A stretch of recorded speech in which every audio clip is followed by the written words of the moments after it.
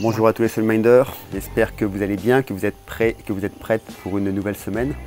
Alors je vous parle en direct de l'île de Java. Je suis dans le nord-est de Java, près de Semarang, à la recherche de bois recyclés et de maisons antiques qu'on appelle le joglo pour le projet Noé, et en même temps pour pouvoir m'inspirer de maisons anciennes, de construction de maisons anciennes.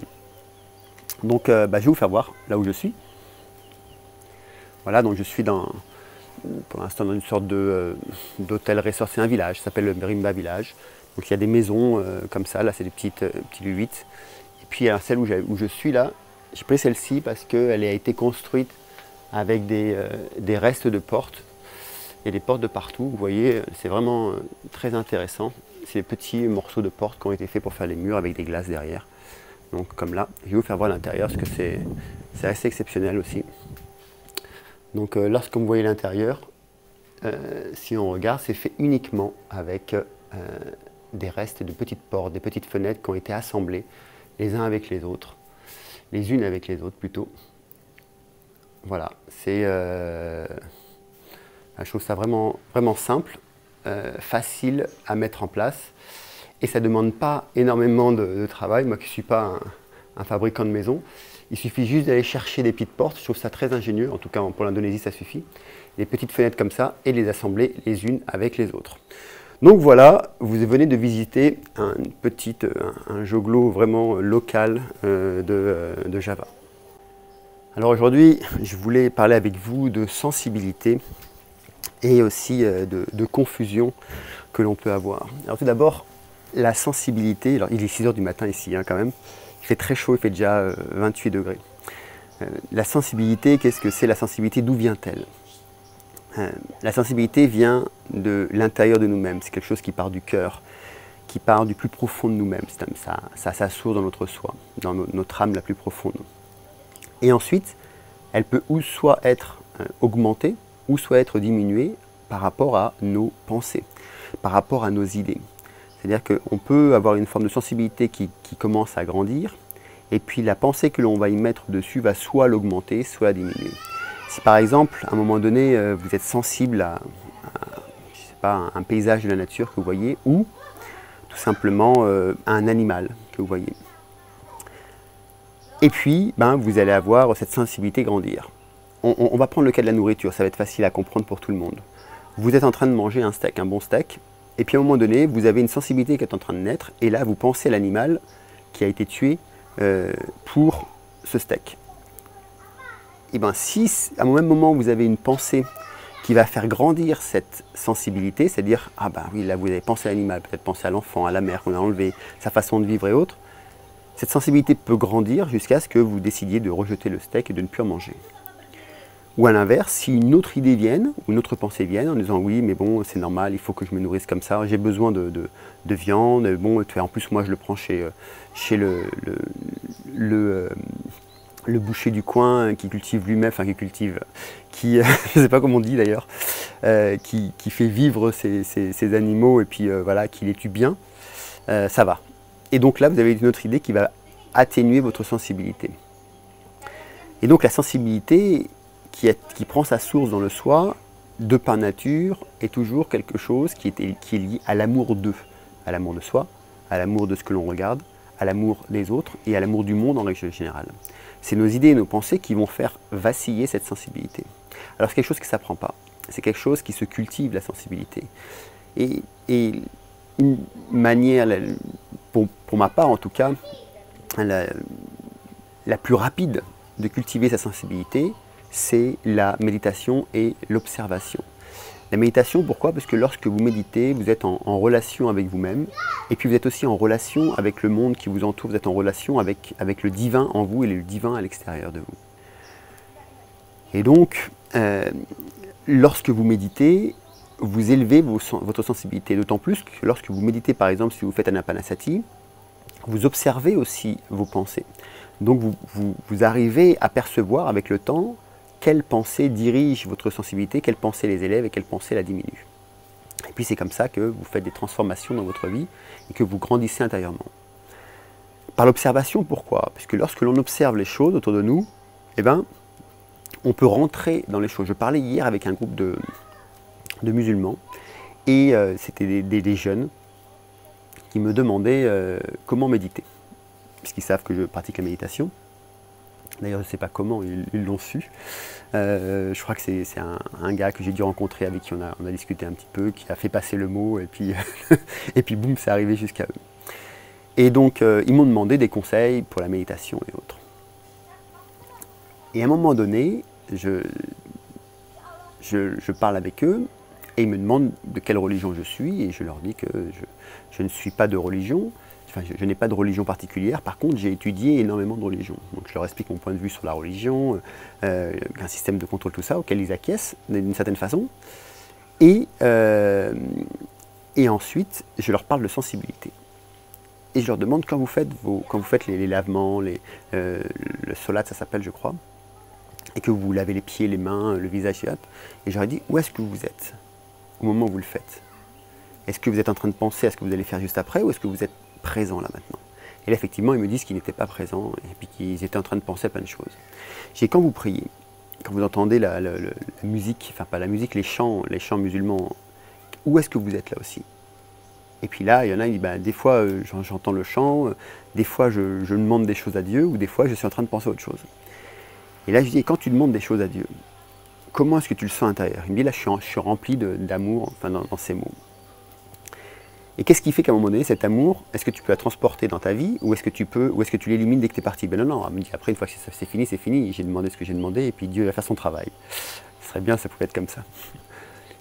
Et donc, et en parlant, à un moment donné, il a compris que la sensibilité qu'il avait là, donc l'amour de lui-même qu'il avait là, qu'il élevait, et qu'il nommait Dieu, entre parenthèses, on pourrait dire que Dieu est un symbole, en fait, qui élève notre soi, notre amour de nous-mêmes, et Dieu est un symbole qui grandit notre ego.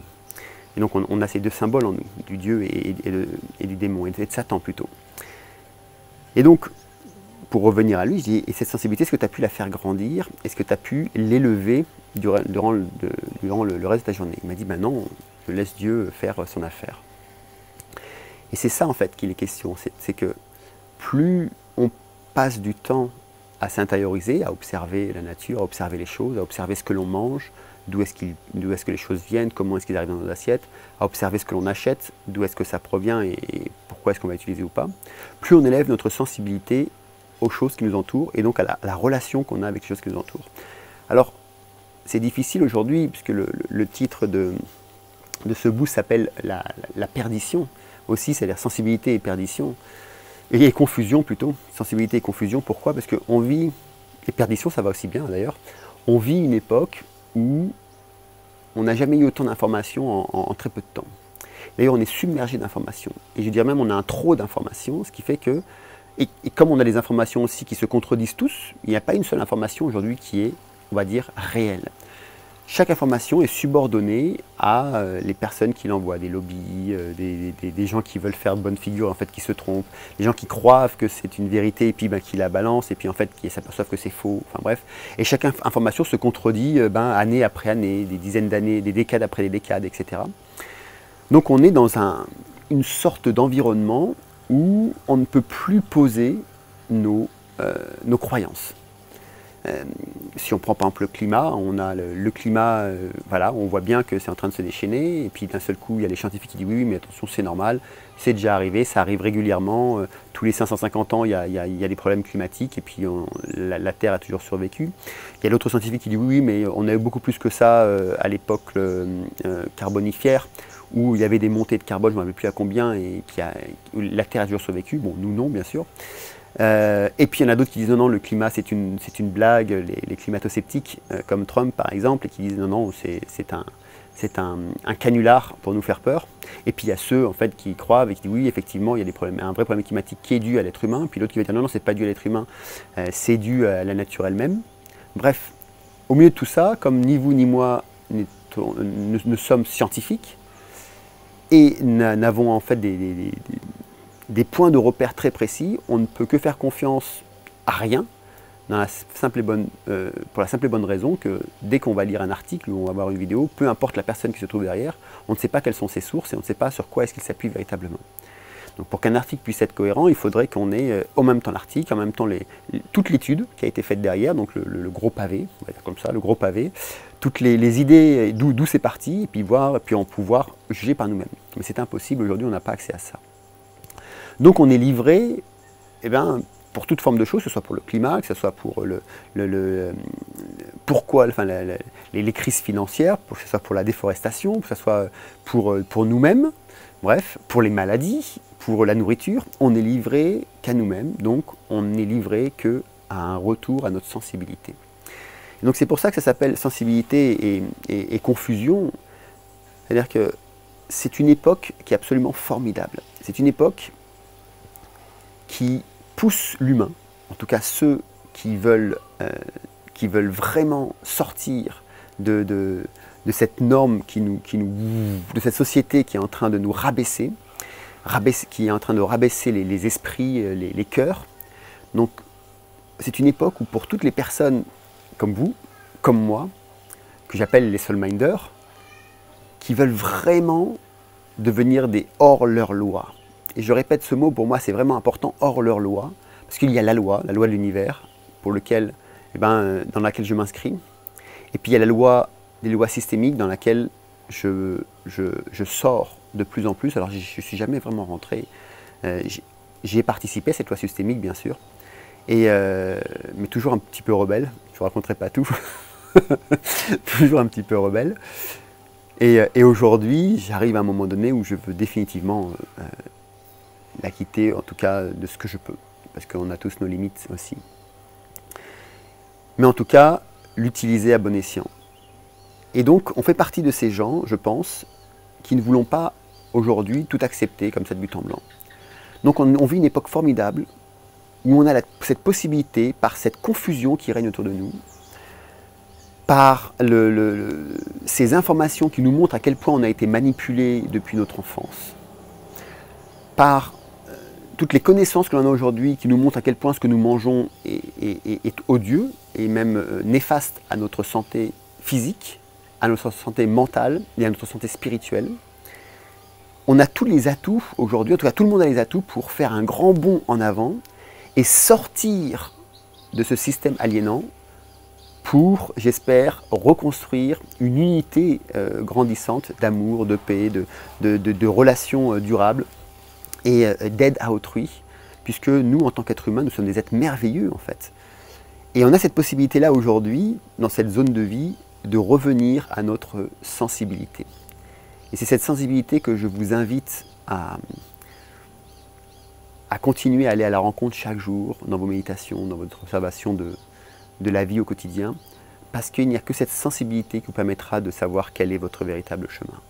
Vous allez pleurer, vous allez rire, vous allez avoir des doutes intérieurs, mais quand vous vous reconnectez à vous-même, vous savez exactement où aller, parce que la seule personne qui sait exactement ce que vous devez faire, où vous devez le faire, et quand vous devez le faire, et comment vous devez le faire, et pourquoi vous devez le faire, c'est vous, et personne d'autre. C'est-à-dire que nous avons tous les clés en nous-mêmes. Il n'y a aucun coach, aucun gourou qui pourra vous dire quoi faire. Par contre, effectivement, moi-même, je suis l'enseignement d'un swami et il ne me dit pas ce que je dois faire. Et il me le dit en plus. Par contre, il me montre des chemins. Et comme il me dit, c'est à toi d'y aller ou pas y aller, tu fais comme tu veux. Hein. Mais voilà un chemin. Tente-le. Et donc, je tente, et quand ça résonne, je vais le voir, et je dis ça a résonné. Et il me demande toujours, alors, qu'est-ce que tu as vu? Qu'est-ce que tu as ressenti? Qu'est-ce que tu as entendu? Voilà, c'est ces simples questions qu'il me pose, et je lui raconte. Voilà, bah là, ça fait une semaine, c'est passé ça, ça et ça. Boum, on continue sur le chemin. Tac. Et donc, si vous prenez conscience que cette sensibilité, c'est votre guide, alors vous allez pouvoir vaincre, je dirais, vaincre toutes les armées qui viennent vous assaillir, toutes les peurs qui tombent sur vous, et puis toutes les craintes que vous pouvez avoir sur un futur incertain. Il n'y a jamais eu de futur certain par sens du mot futur. Le sens du mot futur par lui-même est incertain. Donc le futur certain n'a jamais existé. Et notre vie est incertaine, puisque nous ne savons pas qui nous sommes, d'où nous venons, ce que nous faisons ici, où nous allons. Donc cette incertitude a toujours été présente. Aujourd'hui, elle est un petit peu plus présente parce qu'on en parle, parce qu'il y a des milliards de personnes qui le montrent sur les réseaux sociaux. Mais ça a toujours été comme ça. Et donc c'est pour ça que je dis que c'est une sens, on vit dans une ère de l'existence qui pousse l'humain à devenir lui-même. Et donc, je vous invite à rester vous-même, parce que nous sommes des êtres formidables. Nous sommes des êtres intelligents, nous sommes des êtres riches, nous sommes des êtres de cœur. C'est voilà ce que nous savons partager. On nous a enlevé nos richesses, on nous a enlevé notre ouverture de cœur, on nous a enlevé nos pouvoirs spirituels par une éducation qui a été formatée. Mais si vous faites ce que vous faites, c'est-à-dire pas que self-mastery, mais self-mastery et puis peut-être tous les autres cheminements psychologiques et spirituels que vous faites, ce n'est pas pour rien. C'est tout simplement parce que vous avez compris que vous êtes autre chose que ça. Et vous le savez, et pourquoi vous le savez intérieurement, et personne ne vous l'a dit. Et donc, suivez votre chemin, mais plus fort que ça, gardez et faites grandir votre sensibilité, car elle seule vous donnera la voie à suivre. Sur ce, je vous embrasse bien fort, et puis je vous dis à la semaine prochaine pour, comme d'habitude, continuer à apprendre, évoluer et partager ensemble. Au revoir. Wow.